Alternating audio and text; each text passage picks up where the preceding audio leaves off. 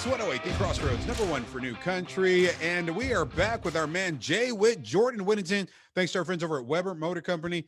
First of all, thank you for joining us again, and congratulations on the big-time victory this past Saturday, my friend. How are you been doing this week? Thank you. I'm good, man. We got that taste out of our mouth, so Yeah, I everything's like it, man. good. Because of the score, 58-0, man, everybody got into the act, so to speak. So real quick, man, on the sidelines, when you've got a score like this, is it hard for you guys to stay focused? I mean, does coach give you any kind of messages when you've got a score like this, man? I wouldn't say it's hard to stay focused. At the end of the day, that's what you want to do. Right, That's the right. goal, to get the victory as big as you can. But no, it's not hard to stay focused. You get to get all the young guys in, and everybody's on the sideline. Nobody's not paying attention. You get to see those young guys go out there and show their talents. So I would say no, it's not really hard to stay focused at And all. that's awesome, man. Those young guys that get on the field, man, that's huge for them as well to gain that experience. Now, we show the love for Cuero, but we got another youngster on your team from the big city of Hallettsville, Texas, and Yeah. Jonathan Brooks, man. What can you tell us about our boy Brooks right there? And JB is good, man. Just seeing him all fall camp to now, and actually seeing him score his first college touchdown, it was amazing. But just seeing the way he took the coaching from Coach Drayton and applied it and just learned so fast, it's great. And especially him being from where I'm from, me and Josh Moore look at him, we're like, man, he's the next one to come out, and he's going to be real good. No, that's awesome. They have so much talent within the Crossroads area, so to speak, man. So Mhm. you've got that victory in the books. Now we hit into Big 12 action. You've got Texas Tech coming up on your home turf, and then you lead into the meat and potatoes, TCU and Oklahoma, of Mhm. course. So Tech is scoring, I think, 40 points a game right here. Do we have a defensive mindset going into this weekend, or what is, like I say, the game plan as much as you can tell us as you head into the home game on Saturday?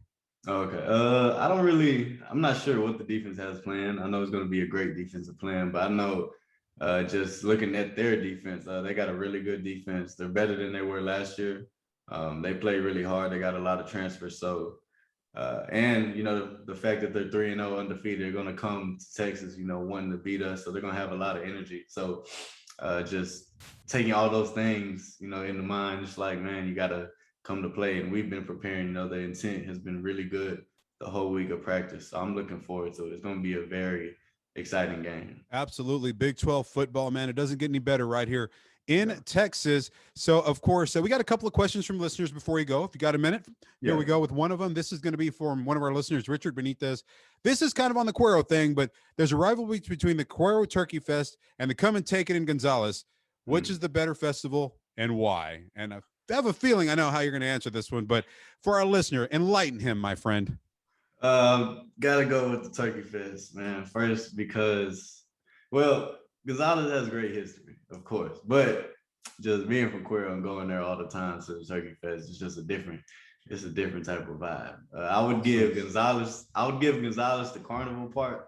I Okay. would give Cuero the parade part for sure. No, that is awesome. And then one more here, because of course we take it back to 2018 and you had that awesome performance in Jerry World, so to speak. So what was it like going out in the field as a Texas championship game for high school and then on these college fields, the big field for the first time? What was the difference and how it Mm. felt to you as a player experiencing both of those things?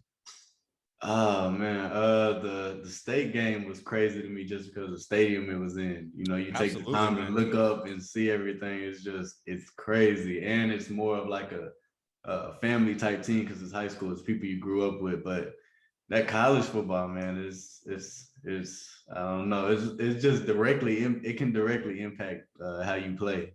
No, man. Like how much energy you have. It's crazy how much the crowd is a good source of energy for you.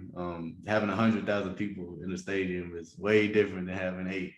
You No, know. I got you, man. And you're going to have that energy this Saturday, man. You got an early kickoff, and we've got all the action for you on our sister station, Club Classic Rock 1069. But Jordan, thank you so much, my friend. Let's talk about a dub next week when we chat with you. But good luck to you and all the Texas Yeah. Longhorns.